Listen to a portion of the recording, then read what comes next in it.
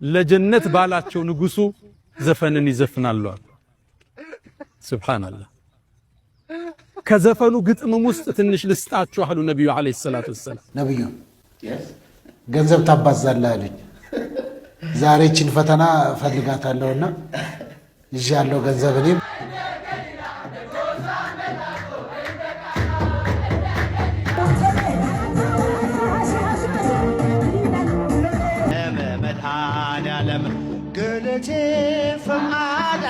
ማልችል መስሏችሁ ነው አይደል? ማልችል መስሏችሁ ነበር።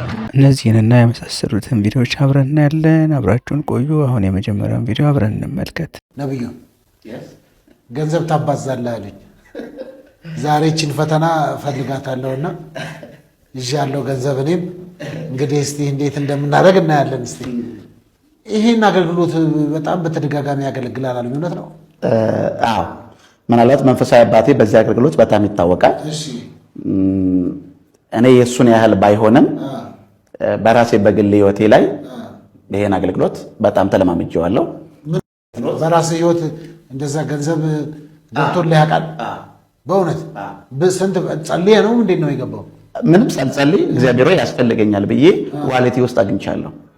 እግዚአብሔር ያስፈልገኛል ብዬ ኪሴ ውስጥ አግኝቻለሁ። እሺ፣ አካውንት ውስጥ አልገባም? እስካሁን አካውንቴ ውስጥ መንፈሳዊ አባቴ ነብይ ሚራክል ሲያገለግል አካውንቴ ውስጥ ገብቷል። ስንት ገባ?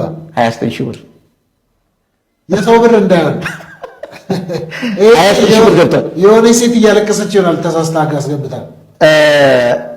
ተሳስታስ እንዴት ትገባለች? ማለት እጅግ በጣም ሬር እኮ ነው። እንደዛም እንኳን ይግባ ቢባል እዛ ጉባኤ ላይ እያገለገለ ፓፓ እያገለገለ ፕሮፌት እያገለገለ እዛ ጉባኤ አካውንቴ ውስጥ ሲገባ ምን አይነት ስህተት ነው? ማለት ስንት ህዝብ ካለበት በዛ ፕሮግራም በዛ ሰዓት ተሳስቶ እንዴት ነው አካውንት ውስጥ ይገባ? ማልችል መስሏችሁ ነበር።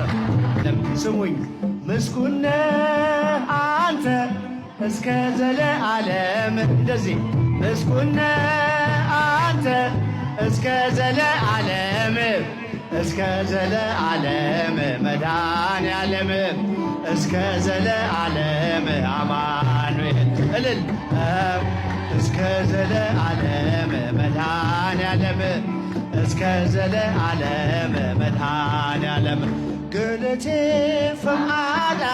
ማልችል መስሏችሁ ነው አይደል? ማልችል መስሏችሁ ነበር።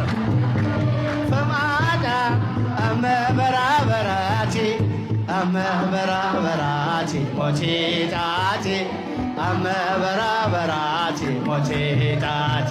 የጀነት ሴቶች ሑረል ዐይኖች ለጀነት ባላቸው ንጉሱ ዘፈንን ይዘፍናሉ።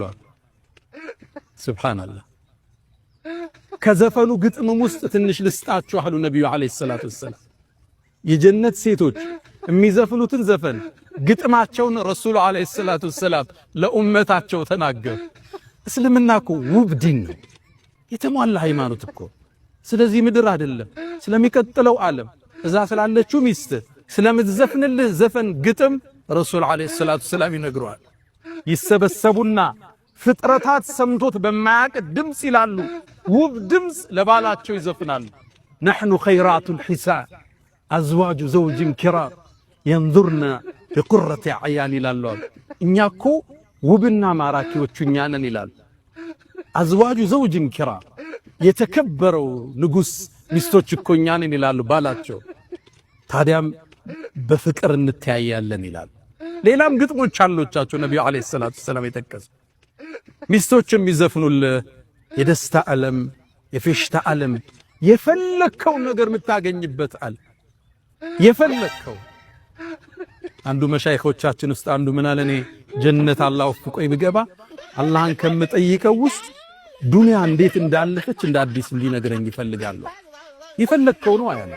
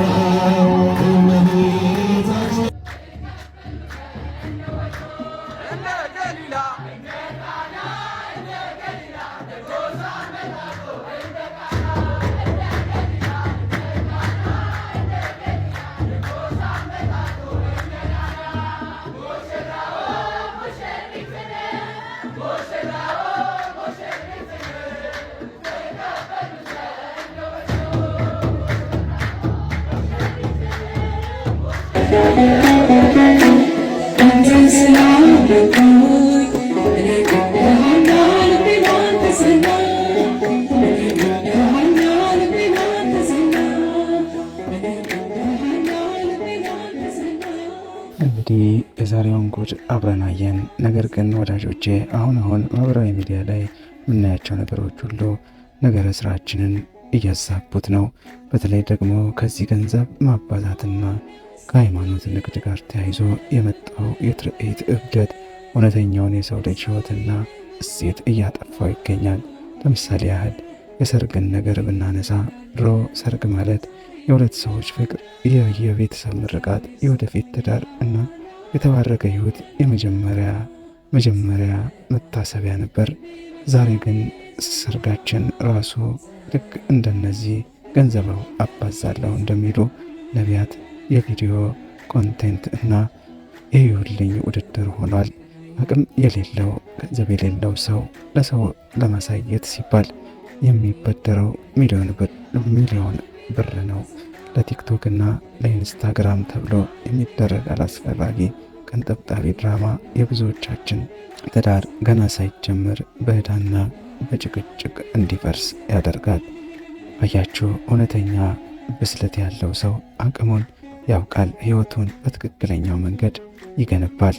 ስለዚህ ወዳጆቼ በሃይማኖት ስም ገንዘብ አባዛለሁ የሚለው አታላይን እንደምንታገለው ሁሉ በሰርግና በማህበራዊ ሕይወታችንም ውስጥ ለሰው ይሁልኝ የሚለውን አላስፈላጊ ውድድር ልንታገለው ይገባል።